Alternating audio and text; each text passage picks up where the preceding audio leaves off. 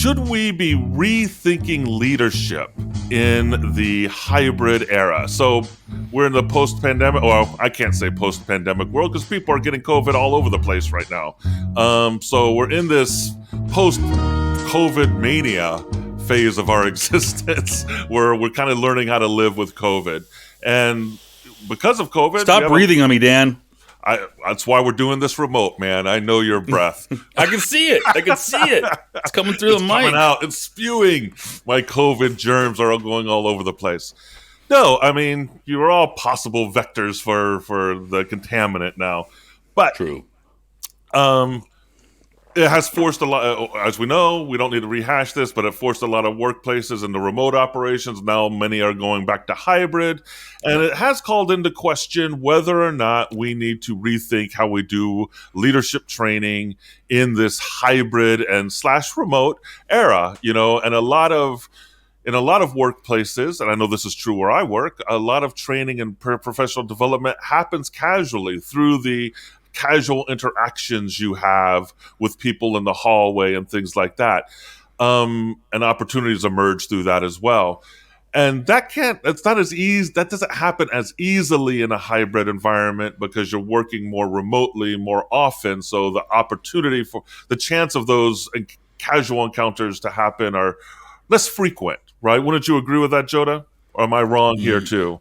That was my number one concern about hybrid work or working remotely, was the serendipity nature of working together, the accidental occurrences, the accidental conversations, both good and bad, right? Allowed you as perhaps one trying to rise up in the ranks, perhaps hearing a conversation that you're never going to hear remotely because you're just not even remotely, pun intended, in the vicinity of the conversation, so that you can't step up and do some magic and impress some people.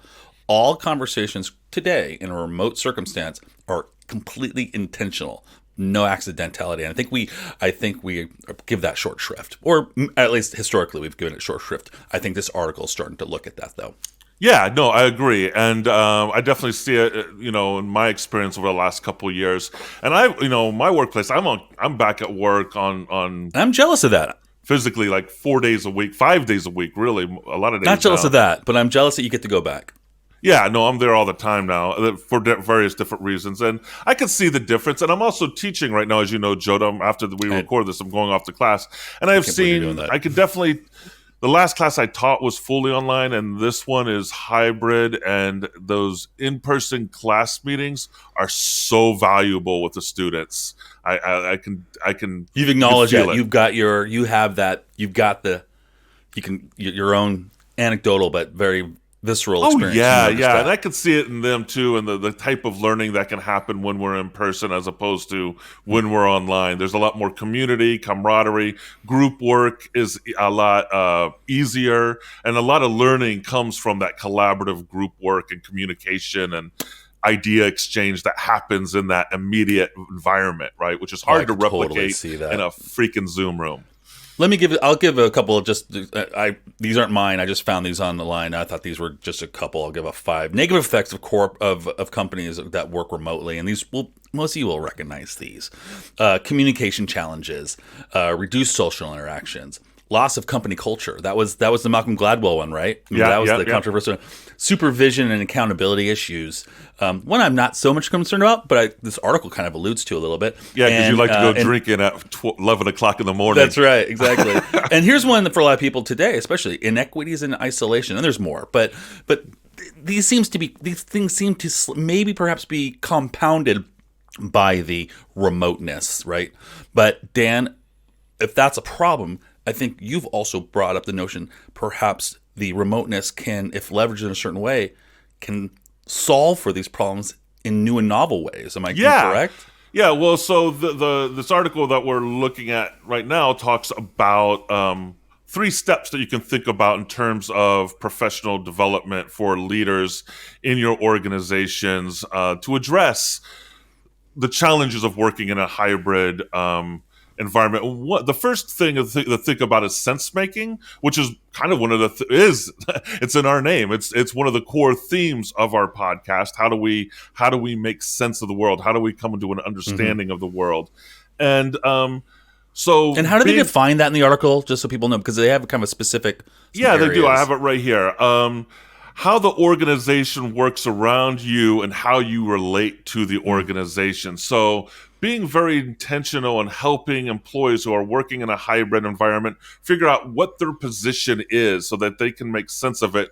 Where their relationships are, where do they connect to, and how the organization works around them. So you have to be much more intentional about that, because if you're in and I can see that if you're in isolation, working from home, or frequently working from home, because this is again a hybrid context, it's going to be harder for you to see all the other people like you would if you were actually physically working day to day in the office, right? Impossible almost. Yeah, you'd have a more chance to see how those interactions work and how the organization functions.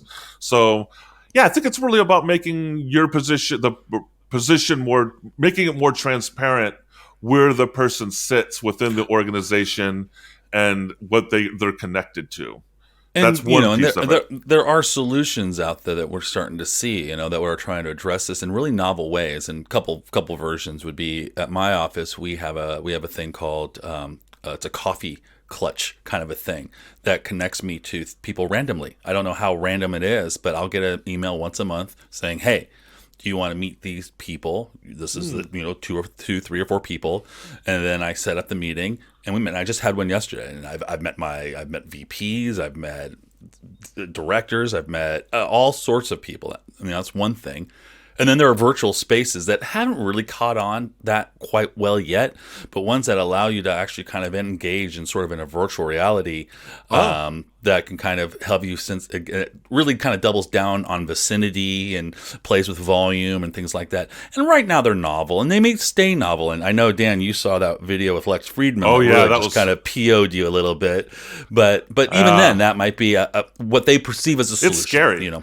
I mean, I could see the benefit of it too. It was the interview with Lex Friedman and Mark Zuckerberg where they did it in the metaverse, and it was uncanny valley beyond the uncanny valley. But it's uncanny. I mean, it was uncanny quadrupled or squared. I don't know, but it was weird. And I mean, I shared it with a bunch of colleagues actually too, and one of them said, "This is something we need to get on." Right, this is the future. How old was the colleague? Just curious. Did it matter? I was going to say she's probably in her late 30s, maybe early 40s. Okay.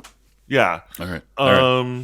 But I want to move on to the other training things that they suggest. But yeah, making those connections using technology like Coffee Clutch and virtual reality, and being very intentional about helping people make connections and figure out where they're positioned in the organization. The other one is experimenting. Encouraging people to experiment with their work so that they can learn through the experimentation of trying new things within their position would be another way to foster professional development. And I could see that. We talk about that in complexity theory a lot, in terms of complexity theory a lot, safe to fail probes, being willing to experiment and creating safe to fail environments. I think that kind of aligns with a lot of that thinking. Yeah, and it's interesting because that one, and I guess from this article's perspective, again, I'm going to say I didn't find this article written all that well, but I think from its perspective, it was suggesting that these things are more important now in a virtual environment, a distributed environment. But, that's important regardless, I feel. In my experience, and maybe it's a Gen X thing, it is, doing the work, getting your hands dirty. That helps generate and open up the mental synapses to identify the connections. And if you can set up a system to double down on that, to really lean in on learning while doing, I think you're going to gain a lot of benefit. Because going to those courses, I agree with what it said. You get those courses, it's overload. You get too much information. You might already know it. It's not the knowing; it's the wisdom you're lacking, perhaps. And it helps you develop those intuitions by doing it. So I want to say it's cool they mentioned it, and maybe they're saying it's more important now than ever. But I think it's always been important. Yeah, and I think it's just about, people who are in the L&D space and executives and or managers who are trying to train their teams being really intentional about Hmm. allowing for experimentation and encouraging that so Yeah, people can agreed. learn from that. And I think the final point of the article was self-discovery, taking some time for reflection, which this is going to come up in a later conversation that we have about a Hmm. different article. But taking the Different time episode. to self-reflect. And I think that's tied to metacognition. A lot of this is tied to metacognition, and to me, right? Because thinking about your own thinking, which is what metacognition is a part. It's a sense making process, and I think where people often slip up, and this is true of me for sure. It's the self assessment or the evaluation piece of the metacognitive process, where after you've done an activity, you've gotten the data back, do you really take the time to really reflect on what you've learned through your experimentation or through the active learning, so that you can advance and improve next time? Yeah, that's interesting because in our previous conversation about growth mindset, it's my argument or a lot of people's argument. It's really powerful to believe you can accomplish something that opens the doorway for you to go into it, but it needs to be tempered by the acknowledgement that you can. Well, we don't use fail in this podcast, but you can not We use safe to succeed. fail.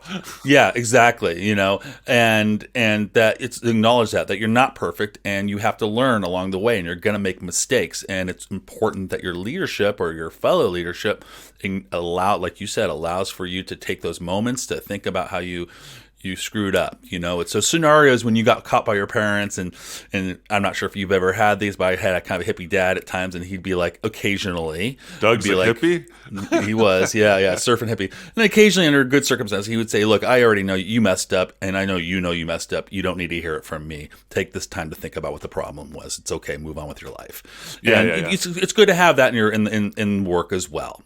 So yeah, agreed. Yeah, no, that's really important. So, I mean, these are hopefully just some things to think about if you're working in a hybrid workplace, about how to continue to develop your leaders in your organization when they might not be working within the building all the time.